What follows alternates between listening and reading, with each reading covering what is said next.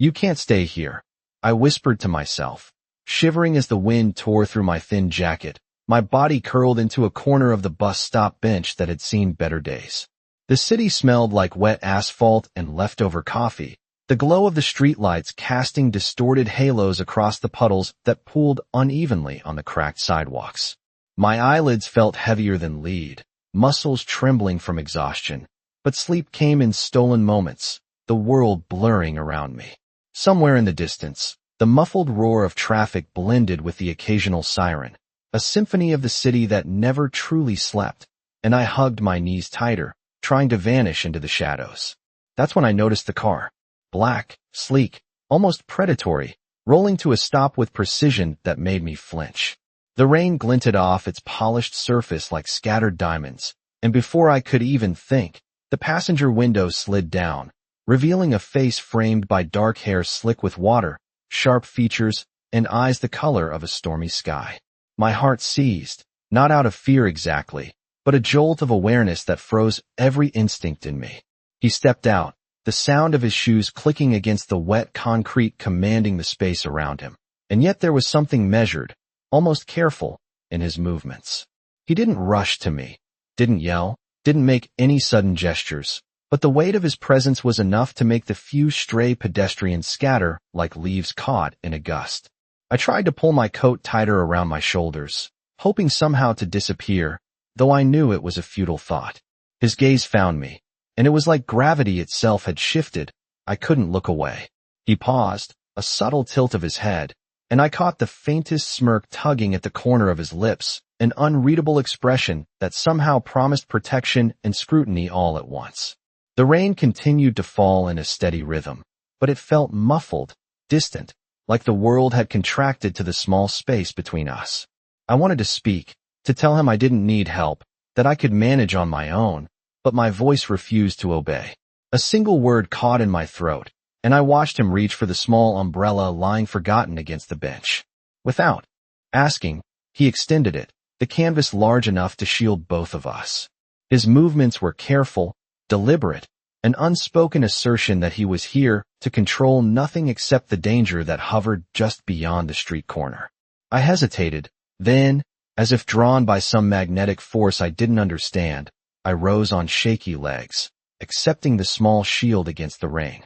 We walked a few paces together, the cold water soaking the tips of our shoes, the city lights reflecting in the puddles like liquid stars. He didn't speak, and neither did I, yet there was communication in the way he moved, protective, commanding yet patient, a promise wrapped in silence. And then, out of nowhere, a bicycle swerved dangerously close to the bench where I had been sleeping, the rider oblivious to my presence until I stumbled. Before I could react, he was there, steadying me with a firm but gentle hand on my elbow, his fingers brushing against my skin just enough to remind me he was real, solid, and present. My chest tightened, my pulse drumming wildly as he released me, letting the adrenaline fade slowly, but the certainty of his vigilance remained. I glanced at him, eyes wide, catching the reflection of his intense gaze in the puddle at our feet, and I realized in that suspended moment that my exhaustion had been noticed, my vulnerability had been catalogued, and he had chosen to intervene. Not with force, not with anger, but with a quiet authority that left me trembling and alive. We moved down the street, each step echoing softly in the wet night, and I felt a strange mixture of fear, relief, and curiosity twisting through me like the cold wind against my skin. I wanted to ask his name, to understand why he had stopped, to make sense of the electricity that hummed between us, but the words dissolved before they could form. He didn't need to say anything. His eyes, sharp and calculating, spoke volumes. In that brief walk through the mist and rain, I sensed a story unfolding, one that was bigger than the streets we moved through, a tale where safety and control existed hand in hand with something I didn't yet comprehend.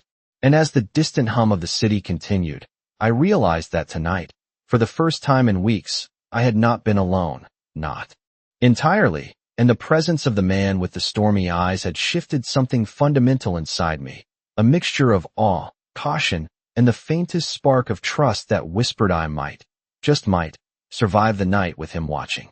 The cold rain continued to drizzle over the city streets as we moved cautiously along the sidewalk, puddles forming and reflecting the dim streetlights like scattered pieces of shattered glass.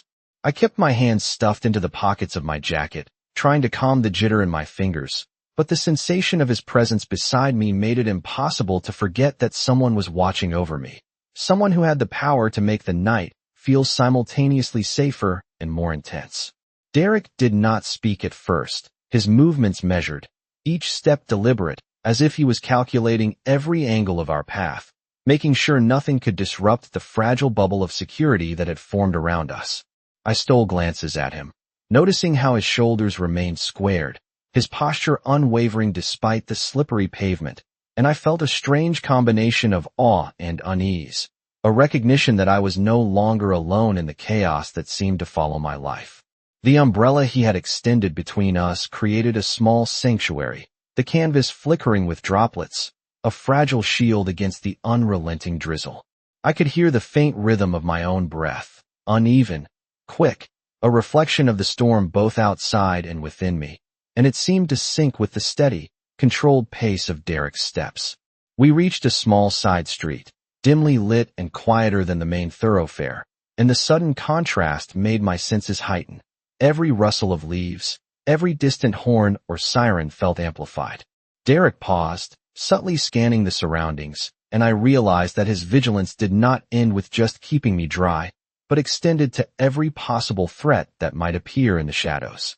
A brief moment of silence hung between us, punctuated only by the gentle patter of rain, and I took the chance to speak, my voice tentative, almost swallowed by the ambient noise. "Thank you," I whispered, barely audible. He glanced at me then, his eyes locking onto mine with a depth that made it difficult to look away. "It is not about thanks," he replied quietly, his voice low but steady, carrying the weight of someone who expected to be understood without unnecessary explanation. I nodded, uncertain of what I had agreed to simply by walking beside him, yet sensing that this was a turning point in a night that had started with so little control over my circumstances. The air was heavy with the scent of wet concrete and the faint aroma of nearby street food carts, mingling with the subtle cologne that seemed to cling to him, and it was disorienting in a way that made my pulse quicken. As we continued, a stray cat darted across the street, and Derek's hand brushed against my elbow, guiding me to safety without a word, a small gesture that carried more reassurance than any spoken promise could. The street ahead opened slightly into a park entrance, where the fountain's water reflected the dim light like liquid silver, and he stopped, turning to face me fully. His gaze was intense but not accusatory, a mixture of authority and consideration that demanded attention. "You should not be out here alone," he said, his tone matter-of-fact but imbued with a protective edge that made my stomach tighten. I swallowed hard, the words caught in my throat, and nodded silently, unsure how to respond without sounding vulnerable. Derek extended the umbrella fully over my head, creating a small circle of safety as we moved toward a bench farther into the park. My steps were hesitant, but I felt the growing certainty that someone else carried the burden of awareness tonight, someone who could and would intervene if circumstances demanded it. The fountain's soft trickle was a comforting background, and for the first time in hours, I felt a flicker of calm amidst the storm, both literal and metaphorical. He finally spoke again, his voice quiet but deliberate. "Do not try to rush away from what is happening. Stay close, and nothing will reach you tonight." There was no threat, no overbearing command, only a firm boundary that carried the implication of care and protection. I obeyed instinctively, drawn by the gravity of his presence, the unspoken promise that I was not merely seen, but that someone was invested in my well-being. The night stretched ahead with uncertainty, the rain still falling, and yet I felt a tenuous thread of safety as I followed Derek's lead, each step a tentative trust forming between us, fragile yet undeniable. A silent acknowledgement that the world was less threatening with him nearby, that for this moment, I was being watched over, guided, and protected, a feeling both foreign and strangely comforting after the endless nights of solitude and struggle. The park bench creaked under my weight as I settled into it, still feeling the damp chill from the rain-soaked streets clinging to my jacket. Derek stood a few feet away, the umbrella now folded at his side, his posture relaxed but alert, scanning the surroundings with the precision of someone accustomed to noticing every detail that others might miss. I hugged my knees closer to my chest, the concrete cold beneath me, and for the first time in hours, I allowed myself to breathe in a way that felt more deliberate, more conscious, as if each inhale was a small reclaiming of the night. The fountain nearby splashed softly, the water catching the sparse light from the overhead lamps, creating little ripples that mirrored the tremors in my own chest. I dared to glance up at him, noticing the way the shadows played across his face, emphasizing the sharp line of his jaw and the calm authority in his eyes. It was disarming in a subtle way, not because he demanded attention, but because he had the power to command a sense of security simply by existing in the space near me. I hesitated to speak, uncertain what words might be appropriate, and then finally murmured, "I do not know why you are helping me." He did not smile, but the faint twitch at the corner of his mouth suggested something unspoken, something that went beyond explanation. "Because you cannot be left alone," he replied quietly, almost as if he was stating a fact rather than offering an opinion, and there was a firmness in his tone that did not allow for argument. I nodded, swallowing hard, feeling a mixture of relief and lingering anxiety knot together inside me. The rain had lessened to a drizzle, the air heavy with the scent of wet leaves and city asphalt, and I could hear the faint hum of traffic in the distance, a reminder that the world continued around us even while we existed in this small bubble of quiet and watchfulness. Derek shifted slightly, his eyes meeting mine again, holding my gaze with a steady intensity that made it difficult to look away, and I realized that I was absorbing more than just his presence. I was absorbing the certainty that someone else was aware of the dangers that might approach, someone who could act without hesitation if needed.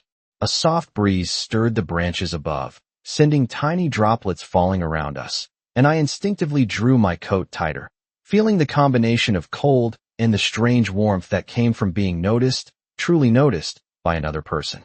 He gestured slightly toward the path that led deeper into the park, and I understood the unspoken invitation. "Follow me. Keep moving. Stay safe." Each step we took was measured, deliberate, synchronized in a way that made me acutely aware of the rhythm we were creating together, a rhythm of cautious movement, protection, and silent communication. As we rounded the corner, a stray newspaper fluttered across the walkway, and Derek reached out with a single hand, catching it before it could hit me, the motion smooth and controlled, a simple act that carried more reassurance than words ever could. I glanced up at him, eyes wide, noticing the way the streetlight caught the subtle angles of his face, and in that moment, the chaotic city around us seemed to fade into a blur, leaving only the quiet authority and steady presence beside me. My pulse gradually slowed, but the awareness of being under his watchful eye persisted, a tether that kept me grounded even as the night remained unpredictable and full of possibilities. He did not speak again immediately, but the pause was comfortable, filled with an unspoken understanding that I could relax without letting my guard down entirely. I exhaled, long and deliberate, and felt the tension in my shoulders ease fractionally, the first real respite I had known since leaving my last job hours earlier. Derek's eyes scanned the park once more, attentive, assessing, and I recognized that this was a practice of vigilance, one that extended beyond concern for immediate danger. It was a quiet, unwavering commitment to presence, a sense of guardianship that I had never experienced before. The gentle sound of water from the fountain and the distant hum of the city provided a backdrop that made the night feel less threatening, and I allowed myself to trust the rhythm of his movements, the deliberate way he walked, guiding me through the park with a certainty that contrasted sharply with my own tentative steps.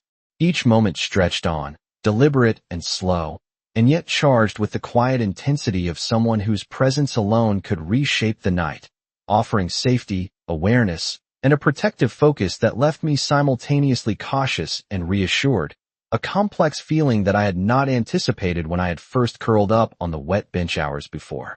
We continued moving through the park, the soft drizzle dampening the fallen leaves at our feet, each step measured, careful, like a quiet dance through the shadows. I followed Derek, unsure of where we were heading, but instinctively trusting that his judgment would guide us safely. The distant city lights flickered through the trees, creating patterns on the wet pavement, and the occasional honk of a faraway car reminded me that life continued around us even as our small bubble of safety held firm. I felt the weight of his presence beside me, not pressing, not demanding, simply anchoring me in a way that was unfamiliar and oddly comforting. My thoughts kept drifting to how few people had ever looked out for me in such a deliberate, careful manner, and I realized that I was beginning to rely on the rhythm of his steps, the cadence of his breathing, the subtle cues that let me know I was being watched over. Derek glanced at me, his stormy eyes softening slightly, though still sharp and aware, and I caught the faintest hint of a smile tug at the corner of his mouth, something that suggested acknowledgement rather than amusement. We reached a small clearing where the streetlights were brighter, casting long shadows across the wet grass, and he paused, allowing me to adjust my coat and catch my breath. I dared a more direct glance at him, noting the contrast between the controlled authority he exuded and the protective care in the way he moved around me, a balance that was difficult to parse but impossible to ignore. The umbrella had been folded long ago, leaving us fully exposed to the drizzle, yet the discomfort of the rain was mitigated by the growing sense that I was not alone, that someone capable and vigilant had chosen to take responsibility for my safety. Derek tilted his head slightly, observing a path that led deeper into the park, and without a word, I understood the unspoken instruction to follow. Step forward was deliberate, a blend of caution and trust, and I found myself matching his pace, aware of the subtle signals he gave through posture and gaze. My mind kept racing with questions, the curiosity of who he was, and why he had intervened, mingling with the relief of being guided through the night by someone who clearly understood the dangers of being alone. A soft rustle in the bushes made me flinch, and Derek instinctively adjusted his position to walk slightly closer, his hand brushing lightly against my elbow in a gesture of guidance and reassurance. The contact was brief, subtle, yet it sent a wave of awareness through me, heightening my senses and making the park feel both safer and more immediate in its details. I noticed the way the rain glistened on his hair, the precise lines of his suit, the way his eyes scanned the environment without ever losing track of me. For a moment, the world seemed suspended, the drizzle, the distant traffic, the faint sounds of nightlife all fading into the background as the unspoken connection between us anchored me in the present. We reached a stone bench near a small fountain, the water catching the dim light and throwing ripples of silver across the wet pavement. Derek gestured toward it, and I sat carefully, still feeling the chill seep through my jacket. He stood nearby, vigilant, scanning the surrounding area with the practiced ease of someone who was used to being aware of every detail. I exhaled slowly, letting the tension drain just slightly, and felt the first real hint of calm since I had curled up on the wet bench hours before. The night continued with a gentle rhythm, the rain softening, the fountain providing a quiet backdrop, and I became aware that despite the uncertainty, I had found a measure of safety, a tether to something steady and watchful, and that awareness was both unsettling and reassuring. Derek finally spoke again, his voice low and deliberate, carrying over the soft patter of rain and water, almost bearable. His gaze remained sharp, vigilant, scanning the park in a slow, deliberate arc, and in that careful watchfulness I recognized a promise unspoken but palpable. I would not face the dangers of this night alone, not while he was nearby, not while his attention was so unwavering, and that realization gave me a fragile, cautious sense of peace amid the cold, wet darkness. The night air had begun to clear slightly, the drizzle thinning to a fine mist that left the leaves glistening and the pavement slick with tiny rivulets of water. I shifted on the stone bench, feeling the chill bite at my arms despite the jacket I had wrapped tightly around myself, and I realized that the steady presence of Derek beside me had grown from startling to quietly reassuring. His eyes never left the perimeter of the park, scanning each shadow, each flicker of movement with a careful intensity that made my own awareness heighten. Every sound, the distant hum of traffic, the faint rustle of branches overhead, the subtle splash of water from the fountain, was cataloged in a way that made it clear he was attuned to everything, and in that vigilance, I found a strange sense of comfort. Patter of mist on the leaves. "You should not be wandering alone at this hour," he said, and I noted that the firmness in his tone was not overbearing, but carried an unmistakable concern that was impossible to ignore. I nodded silently, unsure how to respond without revealing the swirl of gratitude and vulnerability I felt. We reached a slightly elevated path where the mist hung heavier, and the park lights cast a pale glow on the wet ground, turning the walkway into a reflective surface that shimmered under our feet. Derek moved to walk slightly closer, a subtle adjustment that kept me within his field of awareness, and I became acutely conscious of every detail. The way his coat moved with his stride, the precise alignment of his steps with mine, the way his eyes remained vigilant without ever intruding. I allowed myself a slow, measured inhale, feeling the tension in my body ease fractionally, the reassurance of his presence countering the residual fatigue and apprehension from earlier. A faint sound, perhaps a branch shifting in the wind, drew his attention for a brief moment, and I noticed how effortlessly he assessed the situation, maintaining the protective bubble even while acknowledging the surrounding environment, and protection through the remainder of the night. The mist had started to lift slightly, leaving the park with a soft, damp glow that reflected off the puddles forming along the pathways. I followed Derek as he led me toward a quieter corner, the faint scent of wet grass mixing with the lingering aroma of the city streets. In the misty outlines of trees and pathways, the reflections in the puddles, and the occasional silhouette of a late-night pedestrian, and I realized that for the first time in hours, I felt a tentative sense of calm, the kind that comes from knowing that vigilance surrounds you. Derek shifted his weight slightly, a subtle movement that kept him positioned to monitor the surroundings while leaving me space, and I felt a mixture of respect and relief at the careful precision in his actions. The night air, cool and damp, filled my lungs as I exhaled slowly, feeling the tension in my shoulders ease incrementally.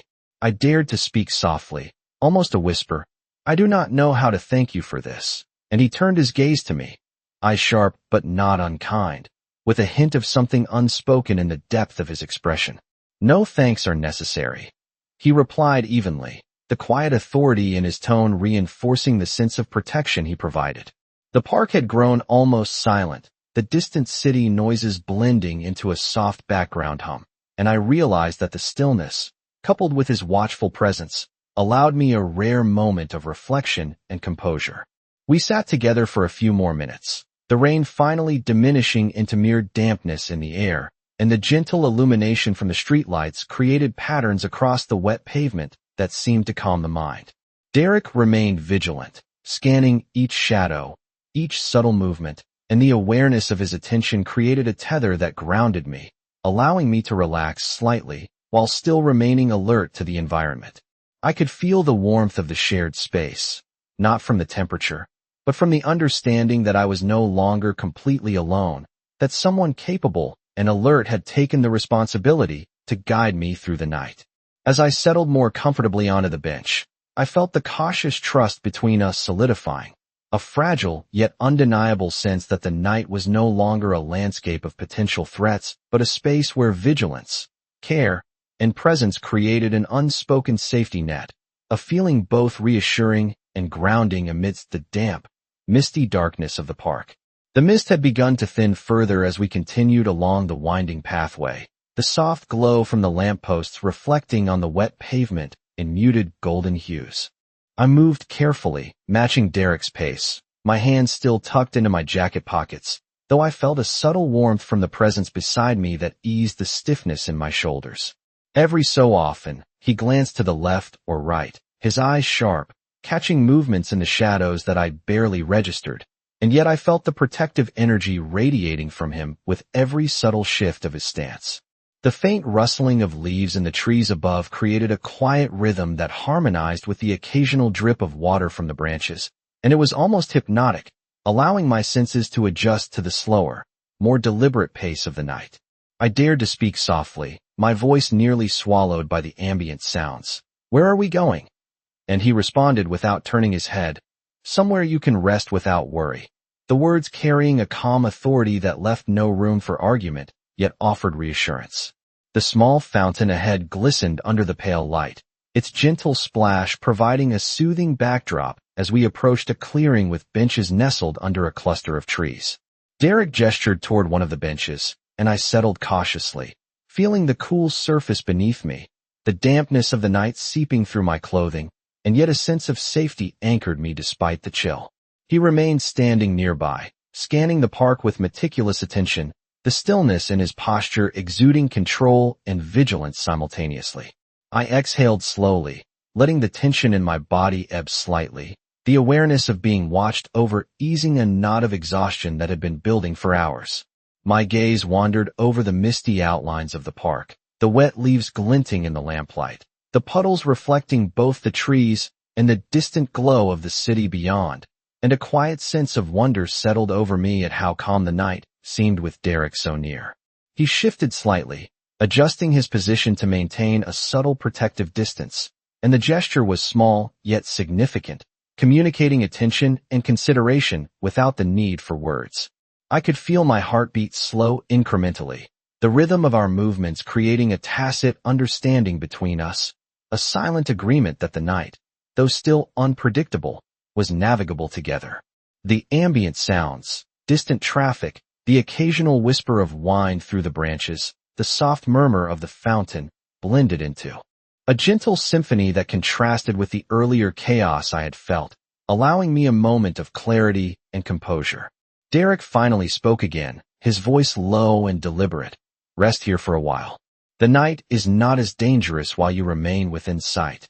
And the calm authority in his words instilled an unexpected confidence, the certainty of his vigilance making it easier to breathe and focus on the present. I nodded quietly, understanding that his presence was both protective and grounding, a steadying force that allowed me to relax without abandoning awareness.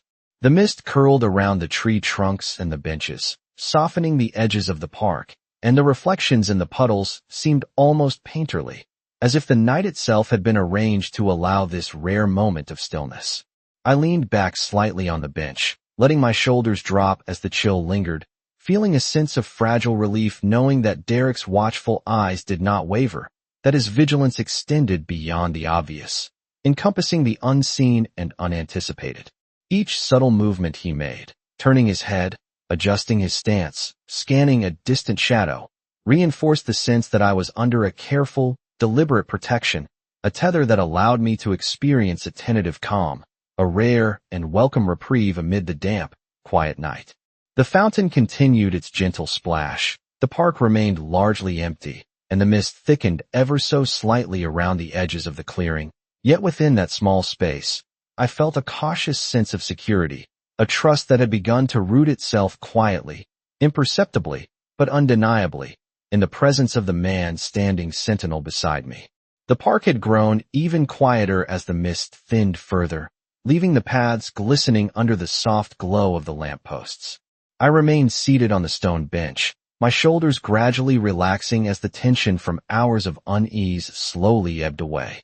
Derek remained standing nearby, his eyes methodically scanning the environment, alert to any subtle shift or movement, yet his posture carried a calm authority that made it easier to breathe. I watched the droplets trickle down the leaves above, their gentle patter adding a soothing rhythm to the night. The fountain nearby created soft ripples across the water, each reflection catching the lamplight and throwing it across the wet pavement in shimmering patterns that mesmerized me. I dared a quiet glance at Derek, noting the way his dark hair was damp from the mist, the defined angles of his face softened slightly by the low light, yet his gaze remained unwavering, full of a vigilance that extended beyond the obvious. "You have done more than I could have hoped," I whispered, my voice nearly lost in the ambient sounds, yet he heard and acknowledged it with a subtle nod.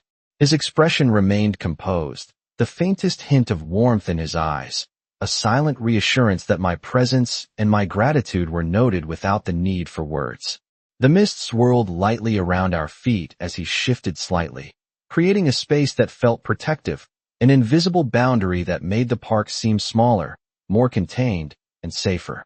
I exhaled, long and measured, feeling a weight lift slightly from my chest, though the cool air reminded me that the night was still unpredictable.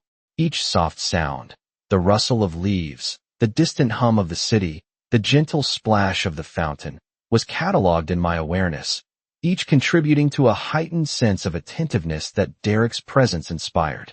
I leaned back slightly on the bench, letting my hands rest on my knees, and I could feel the tension in my muscles easing, a gradual surrender to the quiet watchfulness that surrounded me.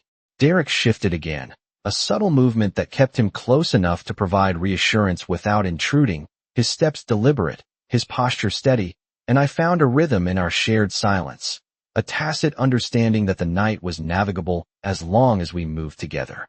The faint aroma of damp earth mingled with the lingering scent of city streets, grounding me in the sensory experience of the park, while the reflection of the streetlights on the puddles created an almost ethereal ambience that made the space feel suspended in time.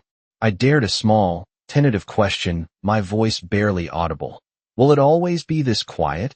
And he glanced at me briefly, his eyes holding a steady, assessing quality, before replying, "Quiet or not, vigilance is required. But for now, you are safe here." The words carried the weight of certainty, a promise reinforced by the measured care in his stance and the calm attention he maintained across the surrounding area. I nodded slowly, internalizing the reassurance, the understanding that even amidst uncertainty, a watchful presence could provide a tether of security that allowed moments of rest and clarity. The park seemed to exhale around us, the mist curling gently over the benches and pathways, the fountain splashing softly, and for the first time in hours, I allowed myself to feel a fragile sense of comfort, the presence of Derek beside me creating a steadying anchor in the damp, quiet night. I adjusted my jacket slightly, feeling the lingering cold, but the protective bubble of attention around me mitigated the discomfort, replacing it with a quiet sense of awareness and trust. Each subtle movement he made, each shift in position, was a reminder of the careful attention that had been given to ensure my safety, and I realized that the night, though still unpredictable and filled with unknowns, had been navigated so far under a watchful, deliberate guidance that made the darkness feel less daunting. I exhaled once more, feeling a gradual uncoiling of tension, the understanding of this quiet, protective presence settling into a cautious relief, a grounding that allowed me to embrace the present moment, to exist in the park under the careful, steady vigilance of someone whose watchfulness was unwavering, a reassurance that offered both calm and clarity in the lingering mist of the night. The first hint of dawn began to touch the edges of the park, the mist slowly lifting to reveal the outlines of trees, benches, and the faint glimmer of puddles that reflected the soft, early light. I remained on the stone bench for a moment longer, absorbing the calm that seemed to settle over the park, a fragile serenity that contrasted sharply with the anxious, chaotic energy of the night that had preceded it.